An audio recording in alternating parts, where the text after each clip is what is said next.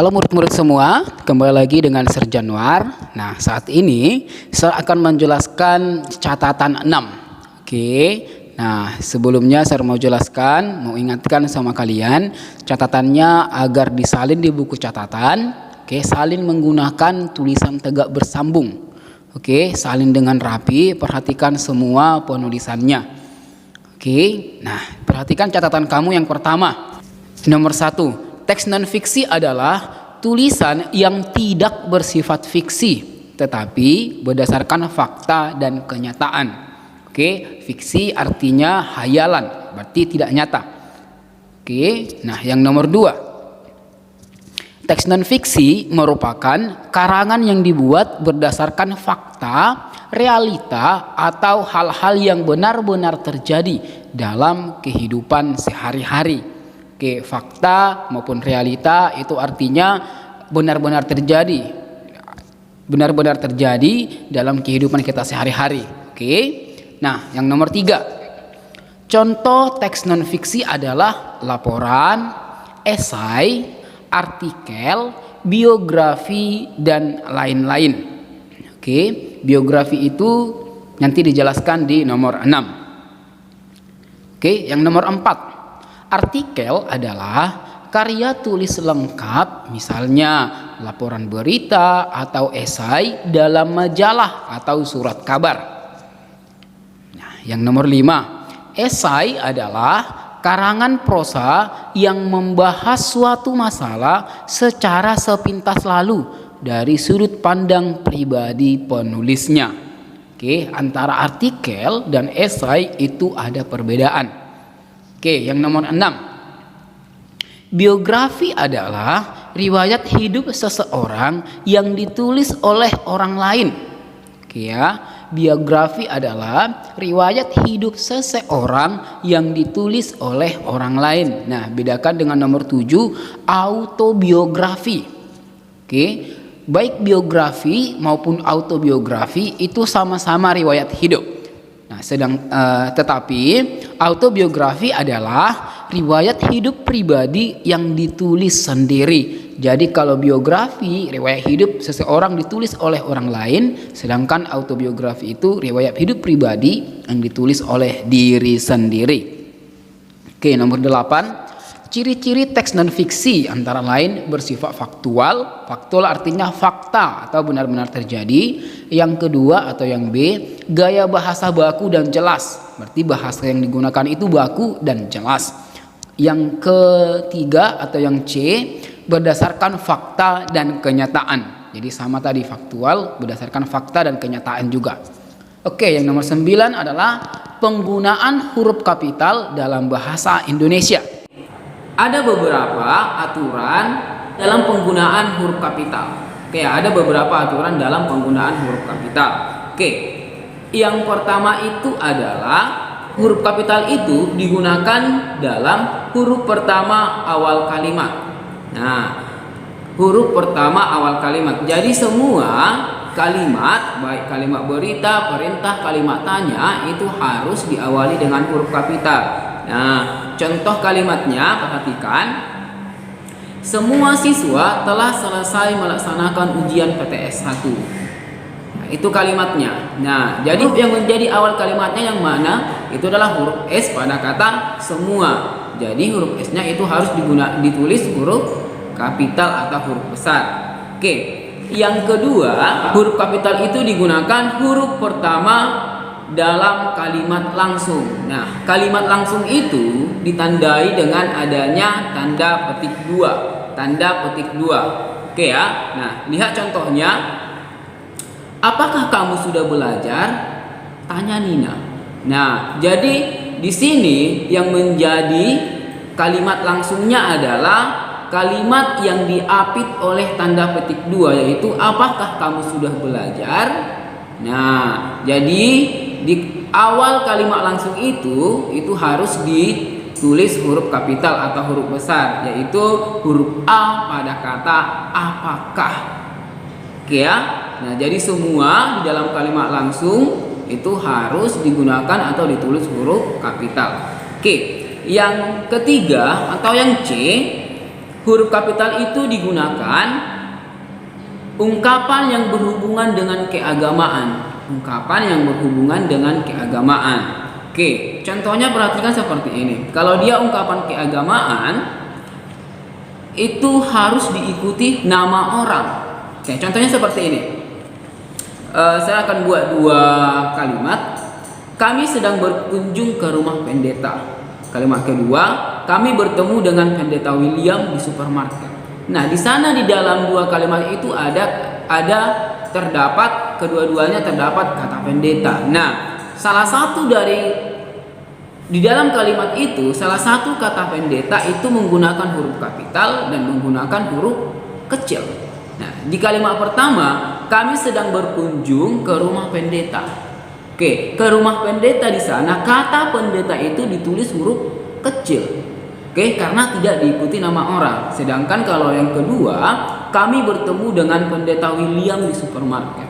Kata pendeta itu ditulis dengan huruf besar karena diikuti oleh nama orang. Oke. Selanjutnya yang bagian D atau yang keempat, huruf pertama nama jabatan atau pangkat yang diikuti nama orang dan daerah. Nah, ini juga kalau dalam penulisan pangkat atau jabatan itu harus ditulis huruf kapital atau huruf besar jika diikuti nama orang atau nama daerah. Oke, contohnya seperti ini. Perhatikan, saya kasih 3 contoh kalimat. Yang pertama, anggota DPR sedang melakukan rapat dengan Presiden Jokowi. Oke, anggota DPR sedang melakukan rapat dengan Presiden Jokowi. Kata presiden di sana itu ditulis huruf kapital karena diikuti nama orang, Presiden Jokowi. Lihat kalimat kedua. Andi bercita-cita menjadi seorang presiden. Oke, Andi bercita-cita menjadi seorang presiden. Kata presiden di sana ditulis huruf kecil karena tidak diikuti nama orang atau nama daerah. Oke, kalimat ketiga, beberapa sastrawan sedang mewawancarai Gubernur Sumatera Utara. Nah, Gubernur Sumatera Utara, gubernurnya harus ditulis huruf besar karena diikuti nama daerahnya yaitu Sumatera Utara.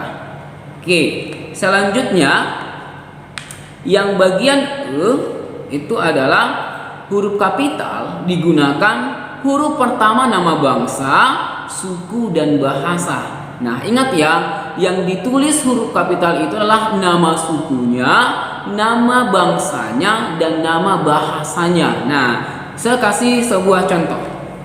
Ini ada dua kalimat, sebenarnya kalimatnya sama, cuman saya ulang 2 kali dan ada penulisan yang berbeda.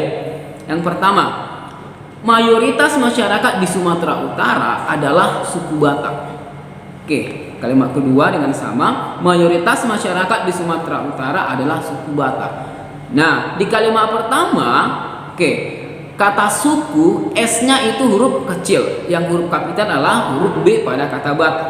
Oke, ya, yang di kalimat kedua huruf S pada kata suku itu huruf besar atau huruf kapital dan huruf B pada kata Batak itu menggunakan huruf besar atau huruf kapital. Nah, mana penggunaan yang benar? Yang pertama atau yang kedua? Yang benar itu adalah yang di kalimat pertama. Ingat, yang huruf besar itu, yang huruf kapital itu nama sukunya. Jadi kata suku tidak ikut, nama sukunya. Oke, jadi itu juga berlaku untuk bangsa dan untuk bahasa. Oke, yang selanjutnya bagian F. Bagian F itu huruf pertama nama hari, bulan, tahun, dan peringatan hari raya. Nah, ini juga sama dengan yang sebelumnya. Oke, yang ditulis huruf kapital atau huruf besar itu adalah nama harinya, nama bulannya, nama tahunnya, atau nama peringatan hari rayanya.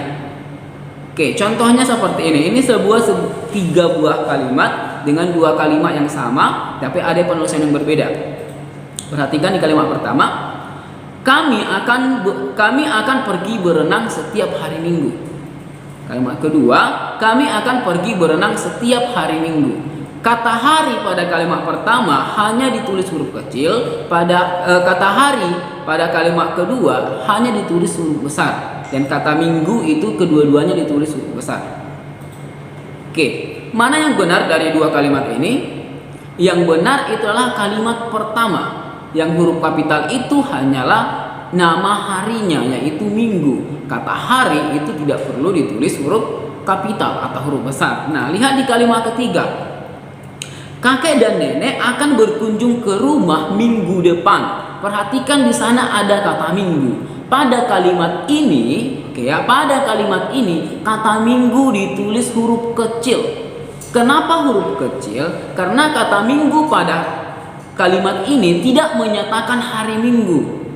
Jadi minggu depan itu kita tidak tahu dari hari Senin, Selasa, Rabu sampai hari Minggu. Kita tidak tahu dalam satu minggu itu hari apa yang akan dinyatakan di sini datang. Jadi kata minggu itu ditulis huruf kecil.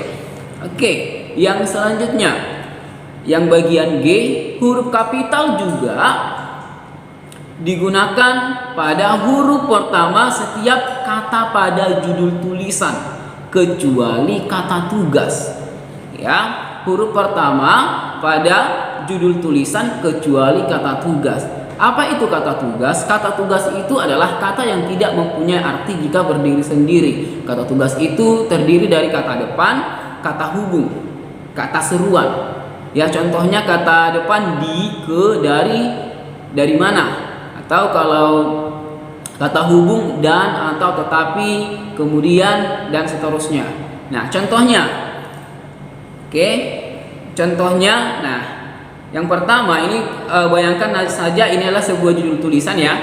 Cerita pengalamanku. Cerita pengalamanku terdapat dua kata, jadi C dan P-nya itu ditulis huruf besar atau ditulis huruf kapital. Nah, contoh kedua, pengalaman berlibur ke Bali.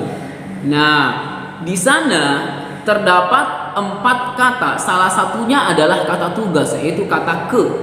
Jadi kata ke itu ditulis huruf kecil, tidak huruf besar, karena dia adalah sebagai kata tugas. Jadi P pada kata pengalaman, B pada kata berlibur, dan B pada kata Bali itu yang baru ditulis huruf besar atau huruf kapital. Oke, yang selanjutnya yang bagian H itu adalah penulisan singkatan gelar akademik. Ya, penulisan singkatan gelar akademik. Contohnya sarjana akuntansi. SA, SA-nya ditulis huruf besar. Kalau singkatannya S titik AK titik, itu singkatannya. Atau yang kedua, sarjana hukum. Ini contoh ya, sarjana hukum. S pada kata sarjana huruf besar. H pada kata hukum itu juga digunakan huruf besar. Oke, yang terakhir yaitu adalah huruf kapital juga digunakan pada penulisan kata sapaan. Oke, kata sapaan itu artinya kata sapaan yang kita gunakan ketika kita langsung berinteraksi atau berkomunikasi dengan orangnya langsung. Ya, jadi contohnya kita bertanya atau berbicara dengan orangnya langsung. Nah, contohnya seperti ini.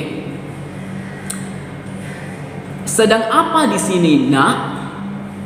Oke, sedang apa di sini, Nak? Oke. Nah, di kalimat ini perlu kita berikan tanda koma setelah kata di sini. Nah, itu adalah contoh kata sapaan.